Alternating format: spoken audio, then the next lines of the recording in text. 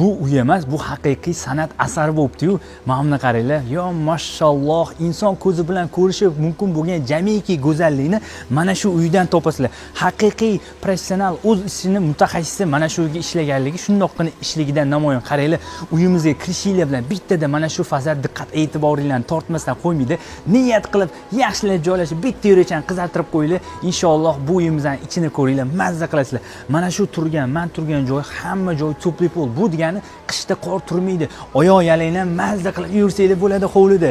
Mana basseynni qaranglar, basseyn ham isiydi. Qishda ham mazza qilib cho'milsanglar bo'ladi. Nari tomonlarda jakuzilari bor. Mana yopiq navesni qaranglar. Bemalol bitta Range Rover, bitta Gelikis bo'lsa ham issiqqina qishda minus havosida ham qo'rqmasdan mazza qilib turishadi. Bu yoqqa keladigan bo'lsa, shaxsan menga juda ham yoqdi.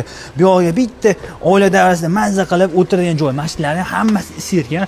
O'tin tashab qo'ysanglar, olovda bitta kofeni olib, o'tirishga nima yetsanglar, Diydor G'animat gaplashib, sharoitni har qatdan yorib qo'yishibdi. Bu yoqqa keladigan bo'lsa, endi bu yoqda qozon o'choq deysizlarmi, barbekü zona deysizlarmi, hammasi toshla qilingan. Sharoitni bu yoqga ham cho'tka qilib qo'yishgan. Mana qaranglar. Juda ham yana bitta neobычный joy qilib, panorama quyosh yorug'ini mana shu yerda yoritib beradi. O'zi hamma e'tibor bersizlar, fasad katta panorama oynalar qo'yilgan. Bu degani har bitta xonada quyosh yorug'i yetib boradi. Ana endi yaxshilab joylashib olsanglar, bu go'zal uyimizning ichiga birgalashib sayohat qilamiz. Qani bo'lmasam ketdik.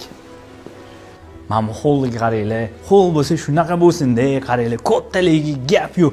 Voy, men mehki zonani qaranglar. Odam o'tirgandan keyin borib turgisi kelmayapti-yu. Mana haqiqiy kami elektron emas, shu o'tin yoqib mazza qilib o'tiradigan. Mana polностью tosh qilingan.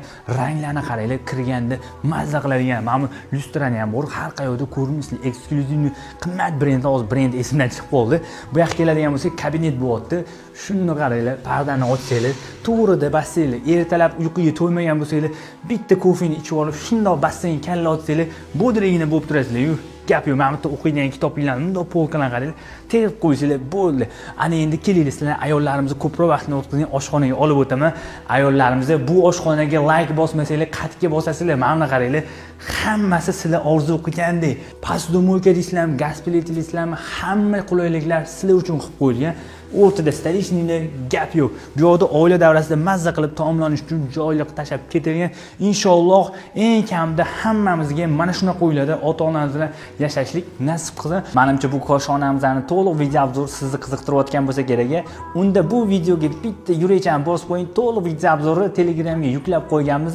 To'g'ridan to'g'ri Telegramga o'tib, to'liq video obzorni ko'rib olsangiz bo'ladi.